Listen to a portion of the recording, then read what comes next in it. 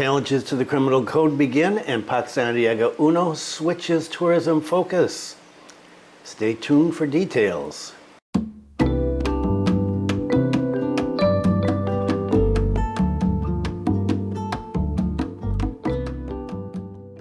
Selamat siang. Welcome to latest news from Bali in Indonesia. This is January 12, 2023, and my name is Bruce.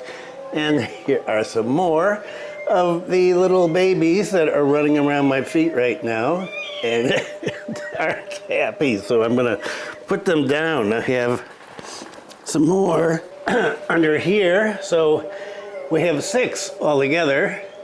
This one needs some medicine for his eye. He's got an eye infection. And what is the weather like? Well, the weather the last couple of days has been really good here. But weather warnings, alert, bad weather in Bali. BMKG calls for vigilance in coastal areas. The Meteorology, Climatology, and Geophysics Agency, BMKG, has predicted that bad weather is going to hit Bali in the next few days, and it's warned people not to conduct outdoor activities around the coastlines. That is out in front of my house. The agencies also issued an early warning for potential high tides from January 10th through January 12th. The agency predicted high tides above 2 meters will occur in the waters of the southern part of Bali Strait, the Badung Strait, the southern part of Lombok Strait, the southern waters of Bali, and the Indian Ocean in the southern part of Bali.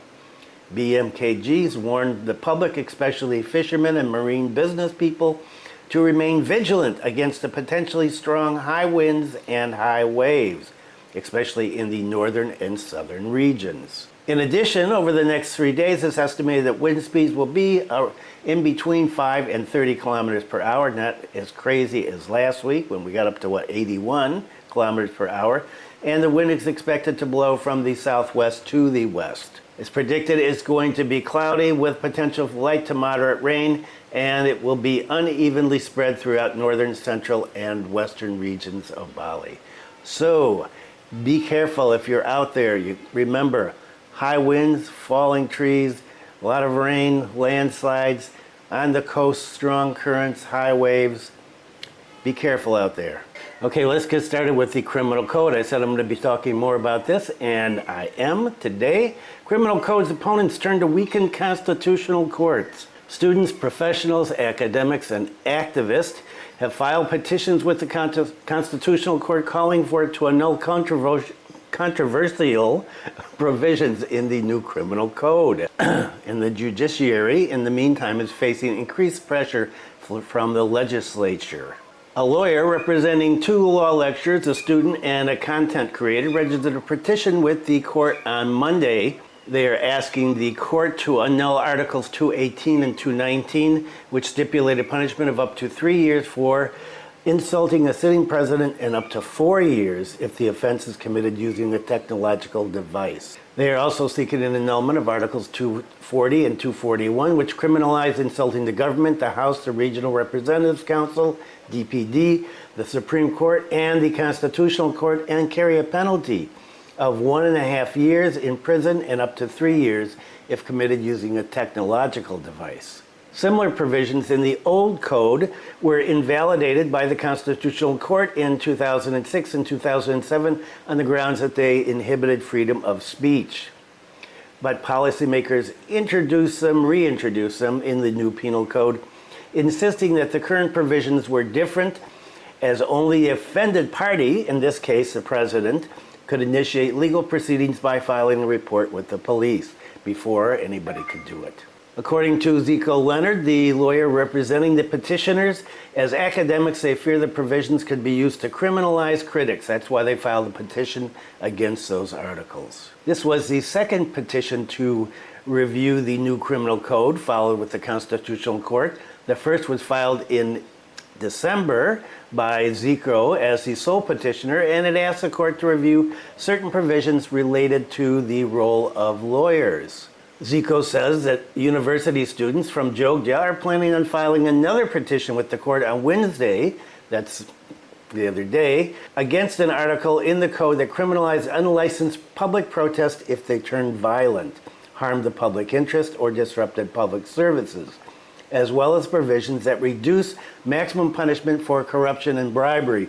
So let's put those protesters away, but hey, if you're involved in corruption and bribery, we're going to cut the penalties. The new criminal code has been widely criticized by activists and legal experts for undermining civil liberties in Indonesia. The policymakers have insisted that the laws have softened some contentious provisions and have taken public opinion into account, even though there have been protests to the contrary. Lawmaker Bambang Wuryanto and Law and Human Rights Minister Yasona Lawli have suggested that those who object to the new law should file a petition for judicial review with the Constitutional Court, which is the only legal way to alter the controversial legislation.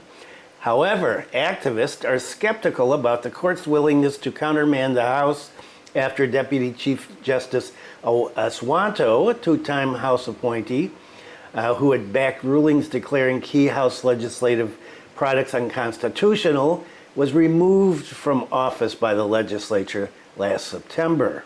Prior to the passage of the new criminal code, lawmakers had planned to revise the Constitutional Court law to allow the House of Representatives, the President, and the Supreme Court to evaluate Constitutional Court justices they appointed every 5 years or at any time they liked.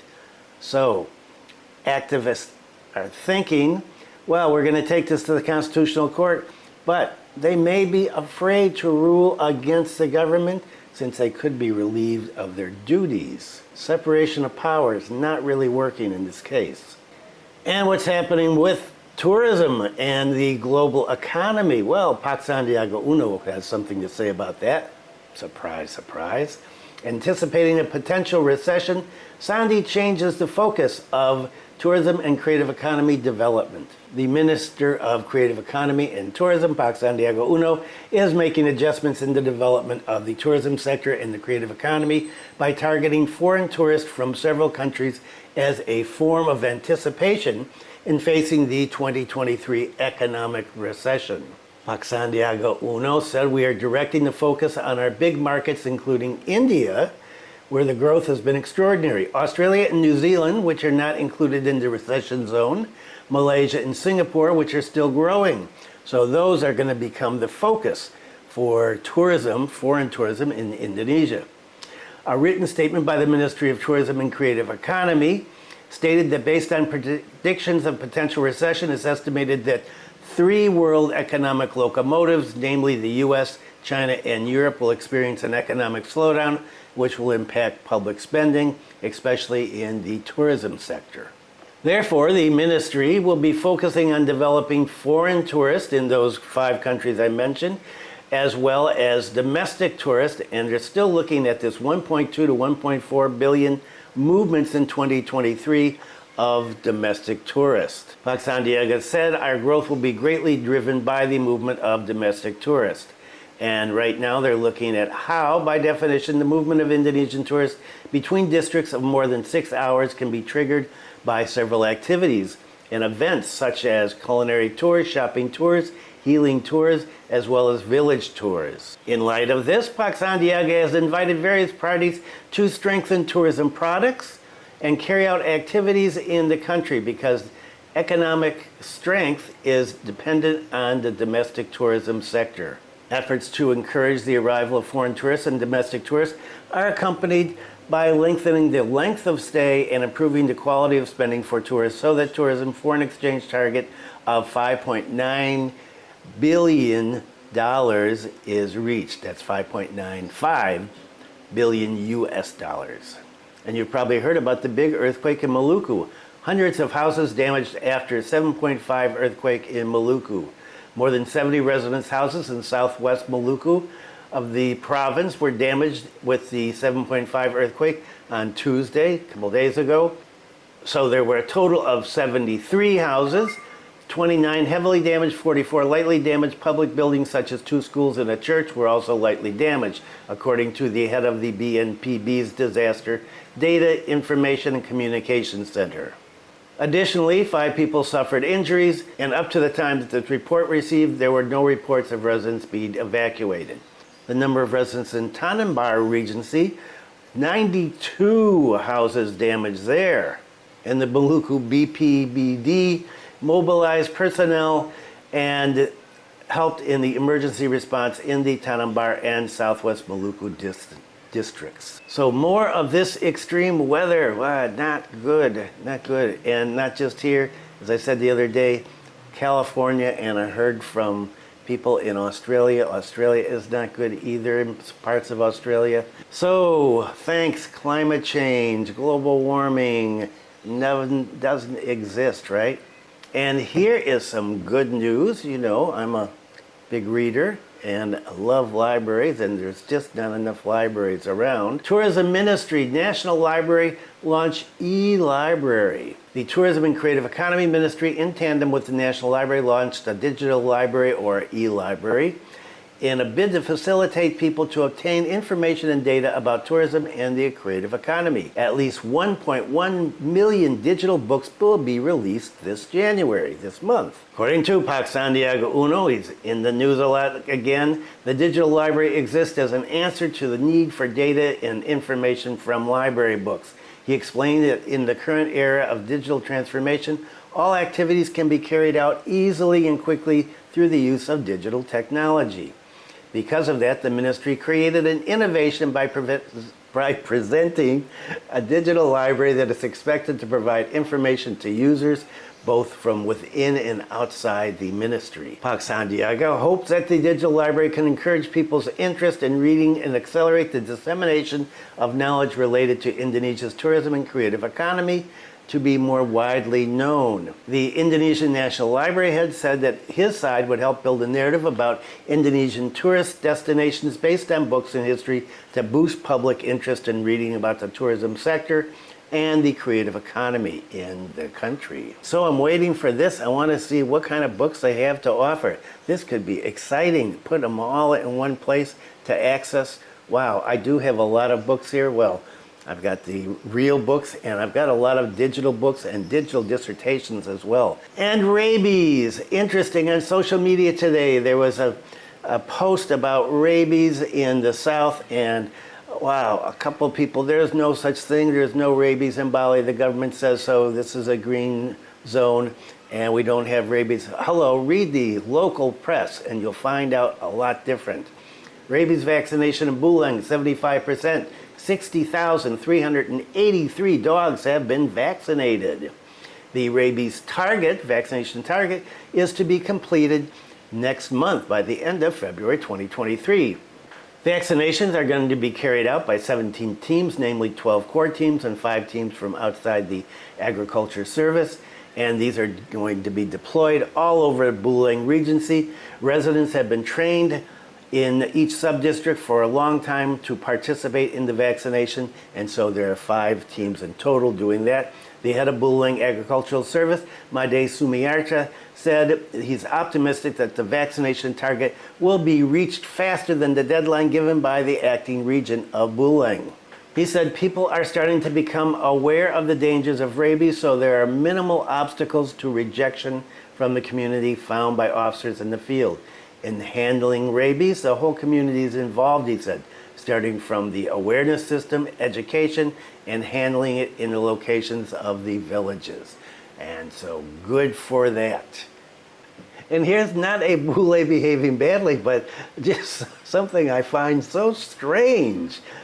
Tourists willing to queue 3.5 hours for iconic photos at Lempuyang Temple. Okay, so that's the famous temple where everybody wants to get their photos taken, right? You're looking at Mount Agung in the background there. One of the guides at the temple said that tourists come to the temple to hunt for photos at Bentar Temple. He said they have to queue for hours to wait their turn to get their photos taken.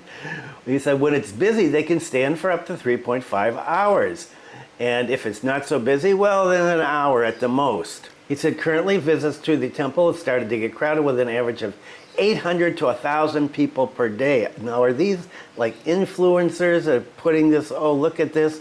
I know when I was sick, I was going through social media, Instagram and TikTok, and wow, there's all these people like, oh, here's a hidden place. Ain't no hidden places left in Bali. The tour guide continued, at this time, visits are dominated by foreign tourists, especially from India, Russia, Korea, and others. Domestic tourists are usually busy at time of New Year's. According to him, in order to discipline tourists who want to take pictures, they have to take a number.